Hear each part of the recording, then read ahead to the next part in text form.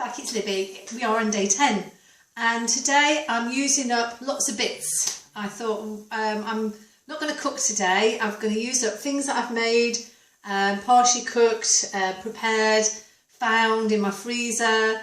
And the first thing I had a problem with yesterday was I had no milk because, like I said, I got rid of all of my soya milk. I used the last carton on day 3 or something like that, so I've got no milk left. So I always have plant-based milk.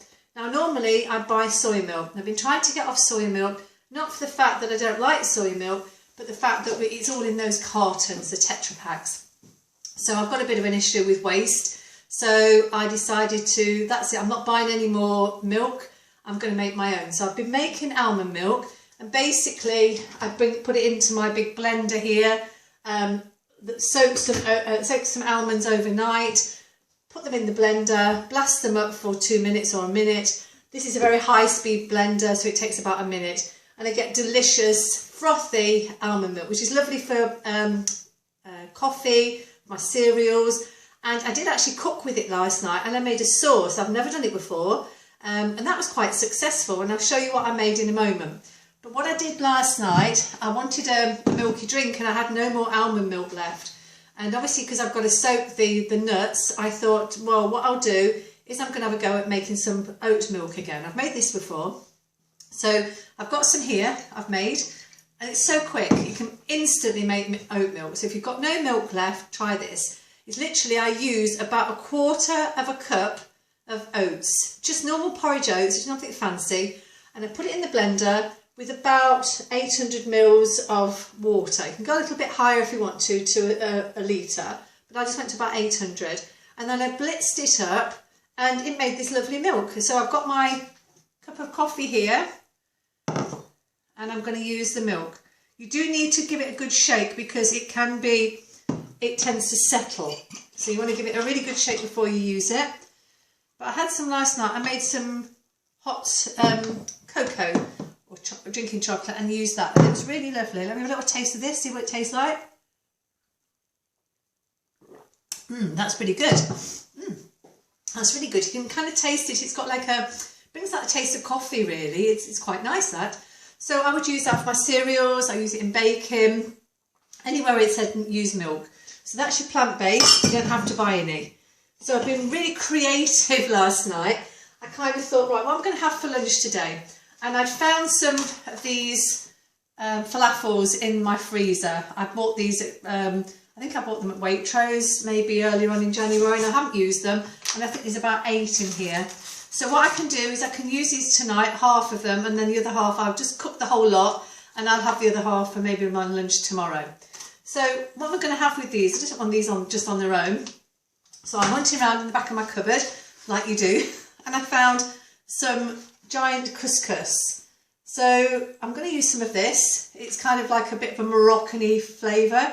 So it says for things like tagines, which is kind of a bit like the falafels, a spicy Middle Eastern flavour. So I'm going to make some of these, and I will add some tagine, sort of like the harissa paste.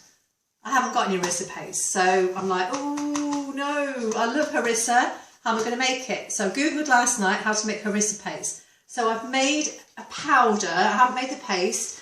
You can make it into paste. You just add oil and a bit of, maybe a little bit of tomato paste. I haven't quite looked at the recipe there, but I'm going to use these. I'm going to cook these down. Now I've used these before, and this I've used probably half of it, so I've got quite bit left, so I probably won't make all of that. I might make just one portion, or I might cook all of it and have it tomorrow, so wasting no waste. Okay, so I'm going to have that. So I've got that, and then what I did last night, I went through my fridge to just odd bits of veg that were left, and I saved half a parsnip. I've got some carrots, and I have some onion, red onion, and basically also, I had a fennel as well. So basically I've chopped it all. I did it last night, so it's kind of like infusing with the spices, and put some olive oil over the top in the roasting tin. And then what I did, I made the harissa paste. So this is, I've left it in the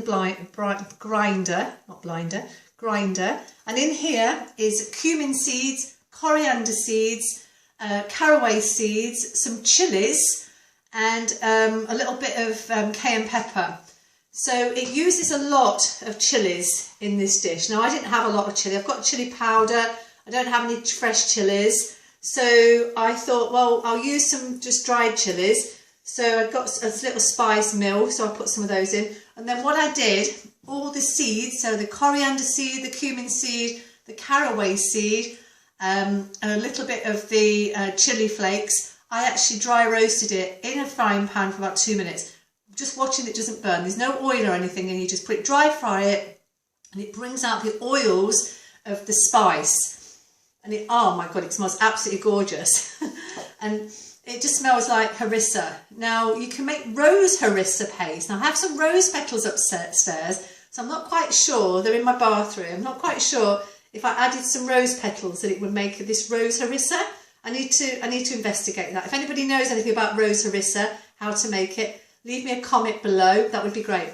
So I've got that, and I didn't have to go and buy the harissa paste because it's quite expensive. You get like a little tiny jar for about like that size, for about £3, and you only use half of it, so it's quite expensive. So this is made with the things I've got in the cupboard. Okay, so I'm going to have this tonight for my dinner. So I'm going to put the cover back over this and just let the spices infuse. It smells gorgeous. It just smells just like harissa, or the nice Moroccan flavours. Okay, so last night I had a lasagna. Now if you've been watching my challenge, you'll know I made some ratatouille about 3 days ago. Made a big pot of ratatouille with all the old bits of veg left, kind of tomatoes, some stock, brought it to the boil, and then I made some dumplings. So I have 3 dumplings left. Put them in this little jar. Got 3 dumplings left. Okay, so I'm going to make, I've got some soup here that I've made. I'm not going to take it over, but I've got some tomato and vegetable soup. So basically what I did last night, I froze 2 portions of the ratatouille. No, I didn't. I kept 2 portions of ratatouille one side, and then I blitzed the rest of this soup into a soup with some water and some bouillon. And I made it into like a vegetable soup. So it's now 1:45, so I'm going to have some of my soup for my lunch, and I'm going to pop in these 3 dumplings, and I'm just going to let them sit in the soup, and they will cook. They will cook in the liquid, and they'll come up to like a nice puffy dumpling. Okay, so I'm going to have that for my lunch. I have got a little bit of sourdough bread left, which I've sliced. I made this earlier on in the week. I sliced it and put it in the freezer, so I've got a couple of slices of this bread. So if I'm feeling a little bit hungry after having the dumplings, I can make myself a little bit of toast and have that. And if you're wondering what I'm wrapping it in, this is waxed cloth, and I'll show you how to make this probably later on in this challenge. This saves you from using cling film. It keeps the things nice and fresh, and you're not creating waste that goes into the environment. So really nice, and it just feels so nice rather than cling film. Okay, so here I have a lasagna I've made. So I kept 2 portions of the ratatouille one side, and I layered it up. I made a cheese sauce with the almond, well I actually used almond milk rather than oat milk, the almond milk, and I put some vegan cheese in, and I'm going to put a little bit of this. I don't know if you've ever tried this. If you've got this in your cupboard and don't know what to do with it, it's called nutritional yeast, and as vegans call it nooch. So it's you can see inside, it's a dry powder. Everybody does that, sprinkles it on the floor. It looks a lot when you buy these containers and you get it home and you open it and you think, oh, where's the rest gone? Because it literally is usually about half full. So what I did, I emptied another lot that I had into there. So I've got a big amount, and then you can use it. It smells like cheesy Wotsits. So if you like a cheesy sort of flavour, it's got a lot of nutrition in. It's got a lot of B12 in, which is what you need. If you're vegan, B12 is what you need, right? So I made the cheese sauce with water, with some oat milk, almond milk, whatever you want to use. A little bit of flour. I used some spelt flour that I had a little bit left of. I put a bit of mustard in, some Dijon mustard, the cheese, the vegan cheese, some of this nooch, a bit of salt and pepper. Made it into quite a nice sauce. Layered it up with some lasagna sheets that I had, and I had one of these last night. This one's going to go in the freezer because I don't need it right now because I've got my Moroccan dinner and I don't want the same meal every day. So I'll probably have this next week. I have a lot of things I've frozen in the freezer, so I've kind of got ahead with this challenge. So next week I can be a little bit easier on myself and I can come on here and talk to you about other things like gardening and maybe even making some of these wraps that you might want to be interested in. So that's me for the day. I'm going to sit and have my coffee. I'm going to have this for dinner tonight, my soup for lunch. Breakfast, I just had the normal soaked oats. This today, I had some blackberries that were left in my freezer from my foraging. Had a few raspberries left as well from the summer, which was in the freezer. And I think I had one of the apples that I bought, my 10-ton bag of apples. I've got about 25 of those apples, so I might have to do something with them. So I'm finished for the day really. I'm going to have my soup and my dumplings. I'll let you know how they go. Oh, one thing I forgot to tell you. This is quite exciting. I made some vegan bacon. And don't look at the burnt bits because I did leave it in the oven a bit too long. But generally that made quite nice bacon and it tastes really, really tasty. It tastes like smoky bacon. And that was with the mouli, yeah, the white radish.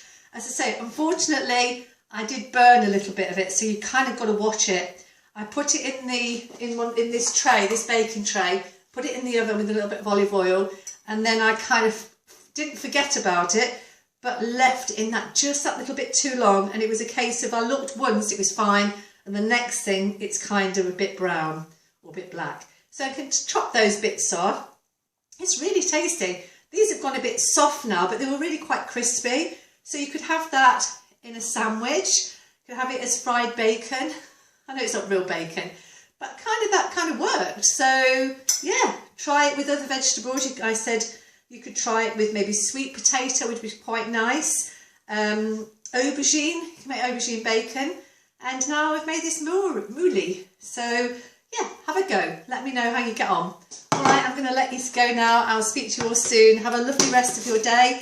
It's Wednesday here. It's been snowing, but we've got the sun out. The sun's come out, so I might go for a nice walk after I've had my lunch. So take care of yourselves, look after yourself, and I'll see you tomorrow. Lots of love. Bye-bye.